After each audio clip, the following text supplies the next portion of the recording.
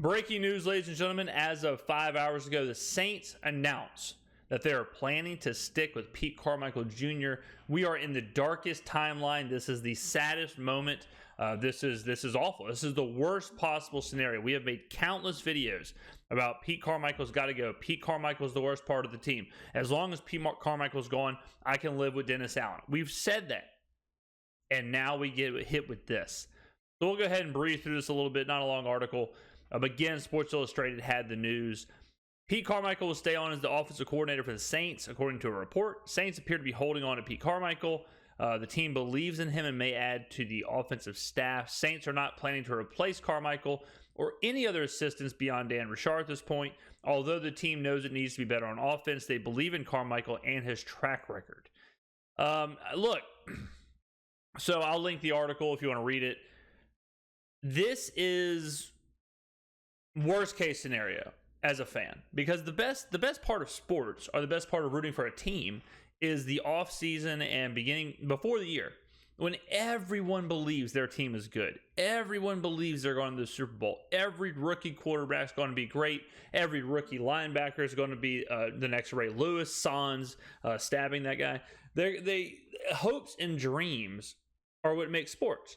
Sports to me are two things: your hopes and dreams, and that brings people together. They're optimistic. They're rooting for their team. They believe in anything.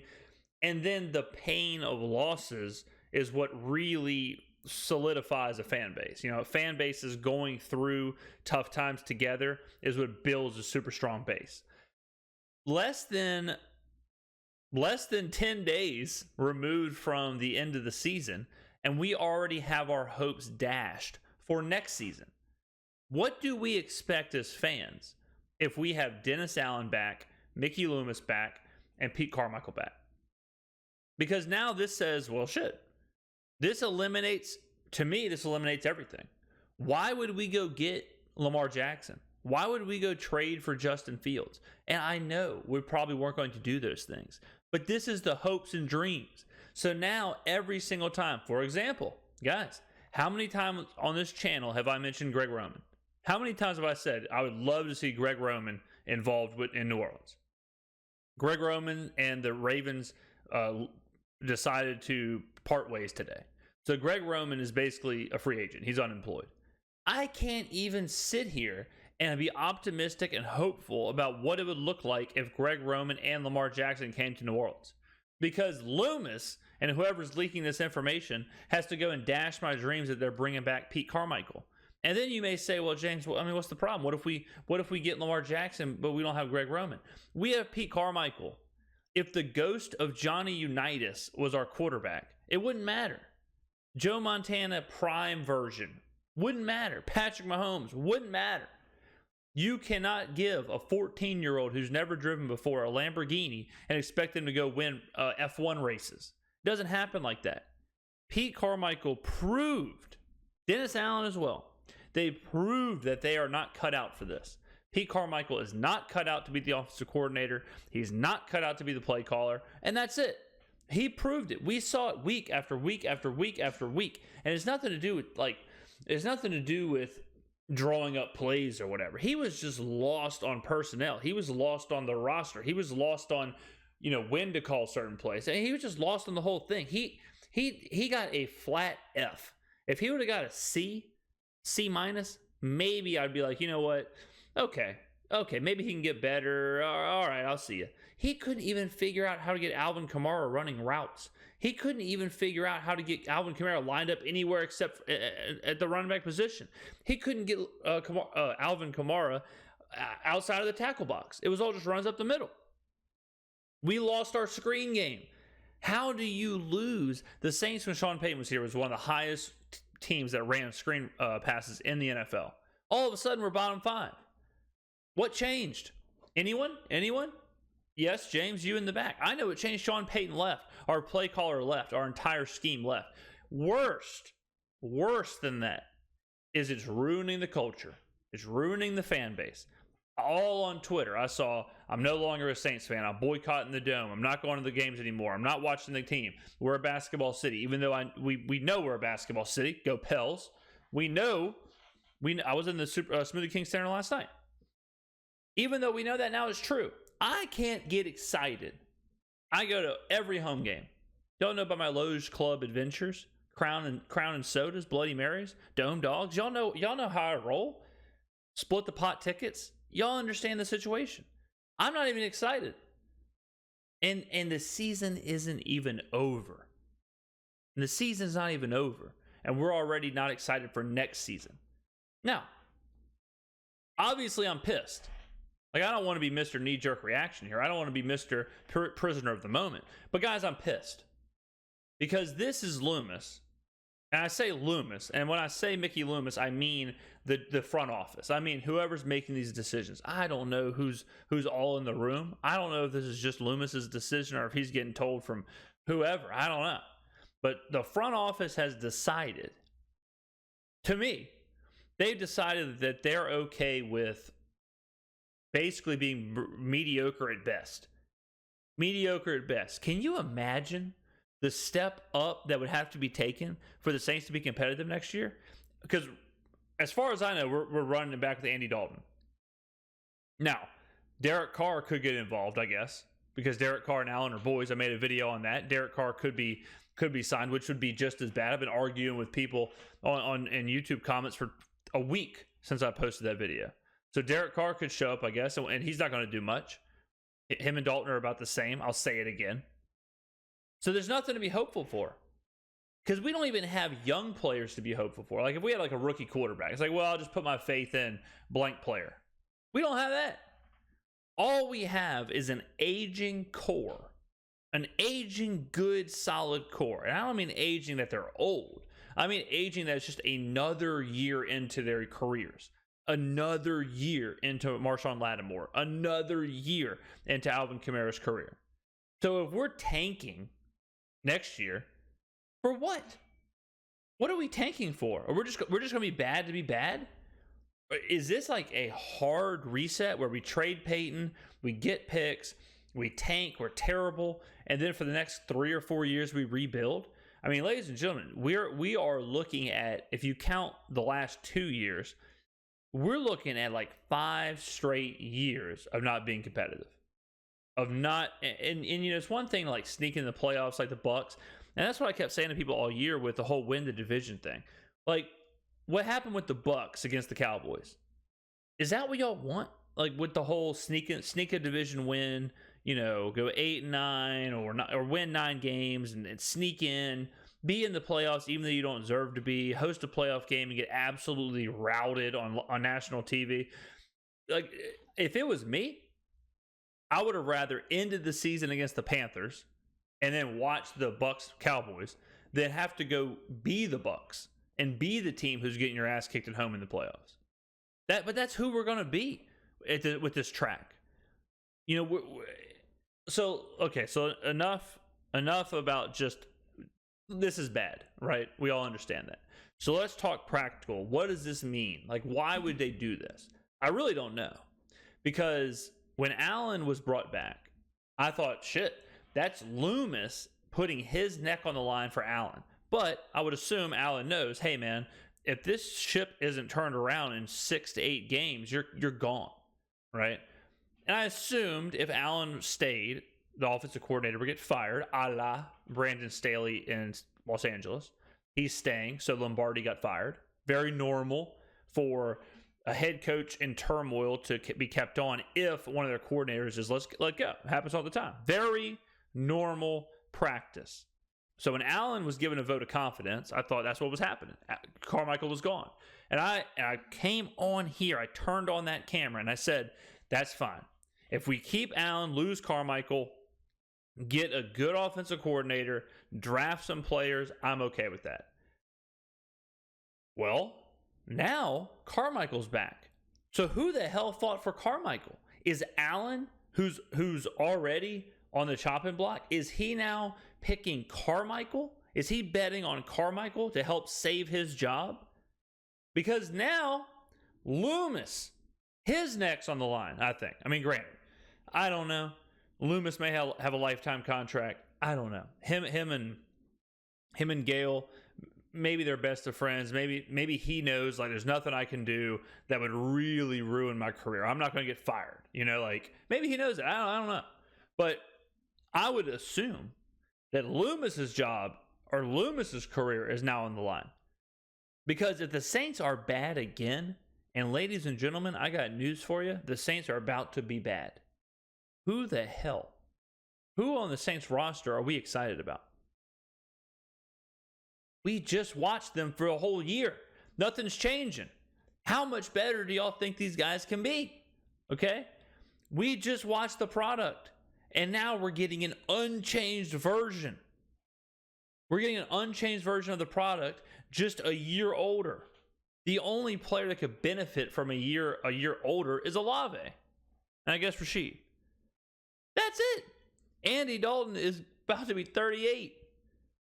Alvin Kamara's a running back. Running backs have trouble, a year is like 10 years in running back years.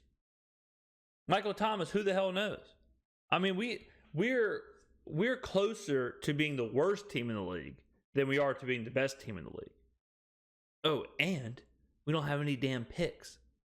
So, I mean, I guess if we trade Sean Payton, we could have a pick. But, I mean, all right, let's go back to why. So, if Allen is back and Allen is given the vote of confidence from Loomis, Carmichael has to have been given the vote of confidence from Allen. So, maybe that conversation was with both of them, where Loomis said, look, we're bringing both of y'all back. We're preaching stability. We're preaching, to continue what we have going here. And y'all have to win. Y'all have to be better. Y'all have to win. All right? But what happens if we go 2-6 or 0-8 or 4-4 and we're the exact same team as we were last year and we're watching the same stuff last year? We're watching Allen do nothing. We're watching Carmichael call the same plays. We're watching the offense be basic and just spineless. What happens then?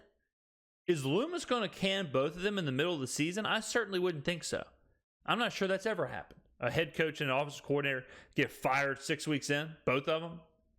But does that mean that he's going to give them the full year? Could we possibly watch another full year of this and then they get fired? Could you imagine that shit?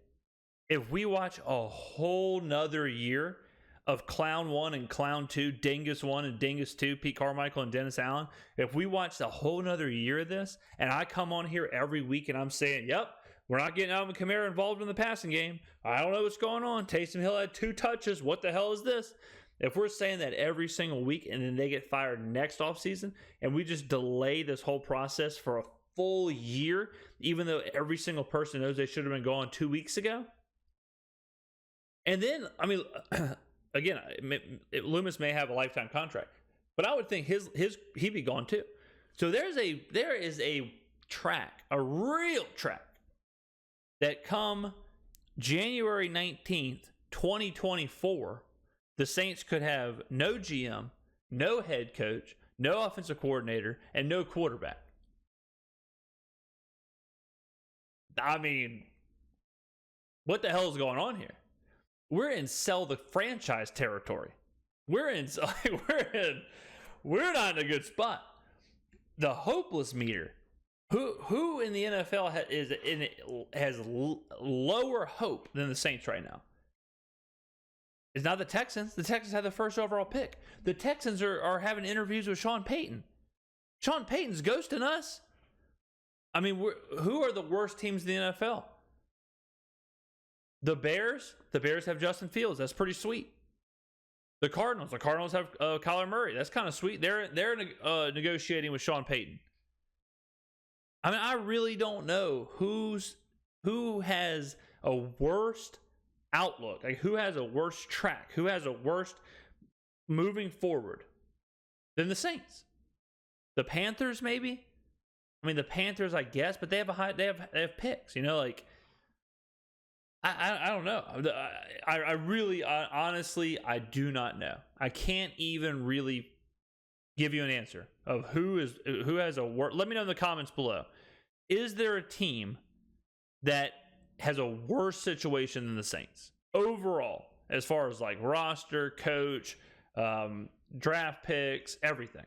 Who has a worst situation than the Saints? Worst situation than the Saints. Who? Let me know in the comments below, because I can't really think of one. I mean, this is bad, guys. Like, so now the other option is tanking. Is the tanking option. Is that we're quiet quitting. We're tanking. We're all in on Caleb Williams or whatever quarterback. But if that's the case, I would much rather Loomis or whoever just say that's what we're doing. I would rather them say, like, look, we're not in a good situation, guys. We're getting our ass kicked by the cap. We just don't have it. We can't make things happen. We can't make big moves. There's no reason for us to get a big head coach because we won't be able to sign people. So we're just going to have to be bad. I would rather him tell us that than go in with this much apathy. To go in with because it feels like a big middle finger to the fans whenever it's this much apathy towards everything. Why not give it a couple weeks? We are only 2 weeks. We're 2 weeks out of the season, and we were told, yeah, we're gonna take a few weeks. We're gonna take a few weeks, kind of reassess, kind of look at everything, review the season. Nope, we sure didn't. We didn't do any of that. We gave Dennis Allen the vote of confidence, 2 days after the season? We gave Pete Carmichael the vote of confidence, a week, 10 days after the season? Where was the review process? Where was the assessing process? We didn't even think about, like, maybe we should interview Frank Reich. Maybe we should talk to Cliff Kingsbury. Maybe we should look at some of these guys who don't have jobs. Maybe we should go talk to Greg Roman. Maybe we should start moving towards that direction. I understand stability. I understand not wanting to get caught up in emotions and stuff, but at the same time, what stability do we have right now? The only thing stable is the fact that we're just bad. That's the only consistent thing right now, is that we just have, like, are we going to be that franchise? Are we going to be the franchise that just does nothing in the offseason, doesn't make any big moves? We're just cool with 7 wins. We're cool with 8 wins. We're cool with trying to sneak in the playoffs. Like, what happened to the Saints? What happened to, let's go be the most exciting team in the NFL. Let's go win the NFC. Let's go chase Super Bowls. Let's go sell out the dome. I'll tell you this. Maybe it's just one of those things where people just do it now, but I'd be shocked if there was like a season sellout this year. I mean, we might go back to some normal prices here. If you're on the season ticket waiting list, this is probably good news for you, because a 5-win season with no head coach, no quarterback, no GM, no offensive coordinator, damn. This might be great for season ticket prices. People are going to be giving them up left and right. If you've never been to the Superdome, it's time to come. Don't come to watch the Saints, but it'll be cool. It'll be cheap to come down here. I mean, I'm upset about the whole situation. I really am. We're going to obviously talk about this more this week, but with the news coming out, I had to get a video out here with y'all. Let me know in the comments below what you think. I mean, it's just bad right now. It's just bad right now. It's upsetting right now. This is fresh. I don't know all the details. Hopefully we'll know more in the next 24 hours or 48 hours. We'll kind of know more about what the plan is. The only other option, I forgot to mention this, the only other option I could see is that our books are that bad. Our financials are that bad. I did kind of mention that. If we flat out are that bad financially, where no one can do, hands are tied, can't pay a coach if we wanted one kind of thing, okay. If we got and we're having to pay some back debt, we're having to pay our credit cards, okay. But I want to know that. Because, and the fan base deserves to know that, because otherwise it just looks like they don't give a shit. It looks like they don't care. It looks like the product on the field doesn't matter. It looks like we're okay with going back and being the Aints. And for a city that cares about the team this much, and a city who's as passionate about the team, and a city who had went through the decades of shit, and then to have Breeze and have 15 years of being really good, it would be ugly here if football season didn't matter. If Sundays didn't matter, if Saints games didn't matter, if all that was just a joke, which is what it's looking like, I'd hate to see that. But we will be making more videos about this. Let me know in the comments below your thoughts. Are you upset as I am, or am I overreacting? Do you believe in Mickey? Do you see what they're doing? If so, please, God, let me know.